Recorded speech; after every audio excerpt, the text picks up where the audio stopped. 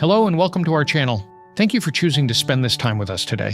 Today's message is about the one thing that determines whether we thrive or merely survive: our connection with God. Our main scripture for today's video is found in the book of John, chapter 15, verse 5, where Jesus says, "I am the vine. You are the branches. If you remain in me and I in you, you will bear much fruit. Apart from me, you can do nothing." Let's explore this truth together. Think about a tree in your neighborhood, strong, full of life, branches heavy with leaves and fruit.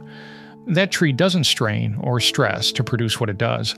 It simply stays rooted, drawing from the soil, water, and sunlight. The fruit comes naturally because it's connected to its source. This is the picture Jesus gives us when he calls himself the vine and us the branches. Our entire Christian life, our purpose, our peace, our strength, it all flows from one place, staying connected to him. And today we're going to discover what that really means and how it changes everything. When Jesus used the image of a vine and branches, he wasn't just giving us a nice metaphor. He was revealing the secret to a life that truly works. A branch doesn't wake up every morning and decide to produce fruit. It doesn't strive or struggle or try harder. It simply remains attached to the vine and life flows through it naturally. That's exactly how God designed our relationship with him. We were never meant to live independently, generating our own strength, our own wisdom, or our own peace. We were created to live in constant communion with our Creator, drawing everything we need from his presence. When we understand this, everything changes. We stop exhausting ourselves trying to be good enough or do enough, and we start resting in the truth that he is our source. The fruit in our lives, the love, joy, patience, and peace, doesn't come from our effort. It comes from our connection. We've all experienced what it feels like to be disconnected. Maybe it starts small. You skip your morning prayer time because you're too busy. You go a few days without opening your Bible because life gets hectic. Before long, you realize something feels off. There's a heaviness you can't explain, a worry that won't go away. A sense that you're just going through the motions. That's what happens when we drift from God. It's not that he moves away from us, he never does, but when we stop drawing from him, when we stop staying close, we lose access to the life he offers. We start operating in our own strength, and our own strength was never meant to carry us. The peace fades, the clarity disappears, and we feel empty because we are empty. We were created to be filled by him, and nothing else can take his place. Here's the beautiful truth. Fruitfulness in the kingdom of God is not about working harder. It's about staying closer. When you abide in Christ, when you remain connected to him through prayer, worship, and surrender, the fruit shows up naturally. You don't have to force love. It flows from a heart filled by God's love. You don't have to manufacture patience. It grows in you as you spend time with the one who is endlessly patient with us. Kindness, faithfulness, peace, self-control. These aren't things we grit our teeth and produce. They're what the Holy Spirit brings forth in us when we stay rooted in the vine. The Christian life isn't about doing more for God. It's about being more with God. When we get that right, everything else follows.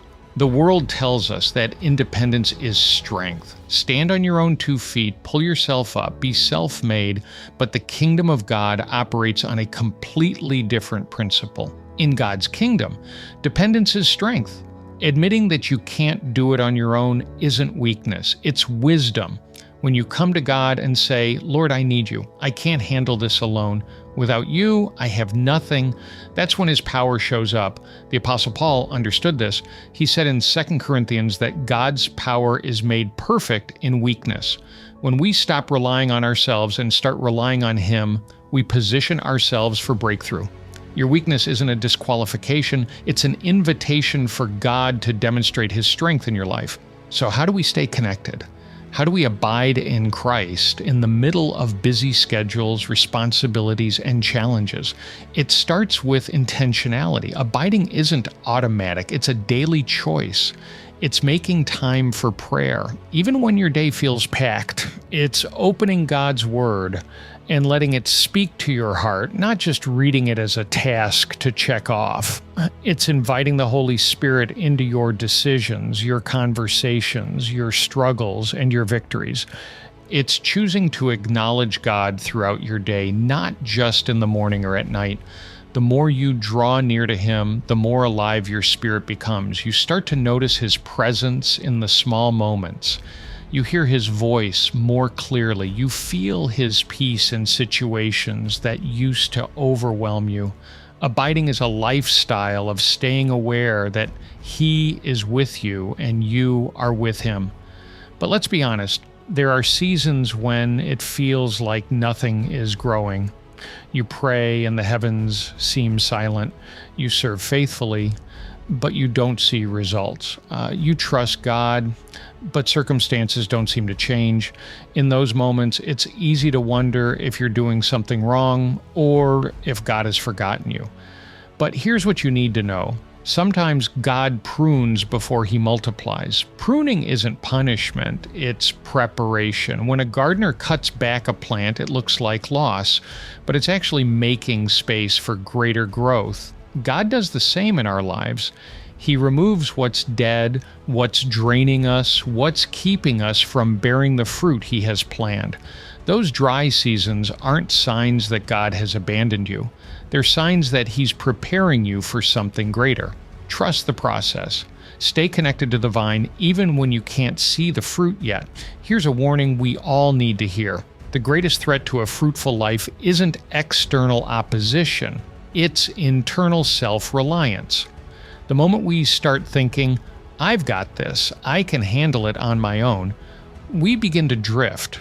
Pride creeps in and we start operating in our own wisdom and strength. But Jesus was clear. Apart from Him, we can do nothing. Not some things, nothing. Every success, every blessing, every moment of peace, every victory over sin, it all comes from God. When we forget that, we set ourselves up for burnout, frustration, and emptiness. Staying connected means staying humble. It means waking up every day and saying, God, I need you today just as much as I did yesterday. I can't do this without you. That's not a sign of weakness. It's a sign of wisdom. And here's the promise that should fill us with hope. Jesus said, if you remain in me and I in you, you will bear much fruit. That's not a suggestion. It's a guarantee. When we stay close to Him, when we make our relationship with God the priority, He doesn't just sustain us, He multiplies us. Our lives become displays of His faithfulness. People notice something different about us. They see peace in our chaos, strength in our weakness, and joy in our trials, and they want to know where it comes from. That's when we get to point them to Jesus, to the vine that gives us life. God doesn't just want to bless us, He wants to make us a blessing. And that happens when we abide in Him. Friend, maybe you've been feeling disconnected lately. Maybe you've been running on empty, trying to manage everything in your own strength, and you're exhausted. Today is your invitation to come back to the source. God hasn't gone anywhere. He's been waiting for you to return, to reconnect, to rest in His presence again. You don't have to have it all together. You don't have to be perfect. You just have to be willing to stay close to Him. As we close today, I want to encourage you to write in the comments below, I choose to abide in Christ. Let that be your declaration today. Let it be a reminder that you're choosing connection over self-reliance, that you're choosing to stay rooted in the vine. We'd love to hear from you and pray with you. As we come to the end of our time together, we want to invite you into a moment of prayer where we ask God to draw us closer to Him and help us abide in His presence every single day. So if you're ready, pray with us right now. Heavenly Father, thank you for reminding us today that apart from you, we can do nothing. Forgive us for the times we've tried to live by our own strength, for the moments we've drifted and thought we could handle life without you. Today we come back to you. We choose to abide in you, to stay connected to the vine, to draw our life and strength from your presence. Help us, Lord, to make time for you daily, to seek you in prayer, to meditate on your word, and to surrender our plans to your will. We ask that you produce in us the fruit that only you can grow: love, joy, peace, patience, kindness, faithfulness, and self-control. Prune away anything in our lives that keeps us from bearing the fruit you desire. Keep us humble, dependent, and fully aware that every good thing comes from you. Let our lives be a testimony of your faithfulness, drawing others to the God who sustains and multiplies those who remain in him. In Jesus' mighty name we pray, Amen.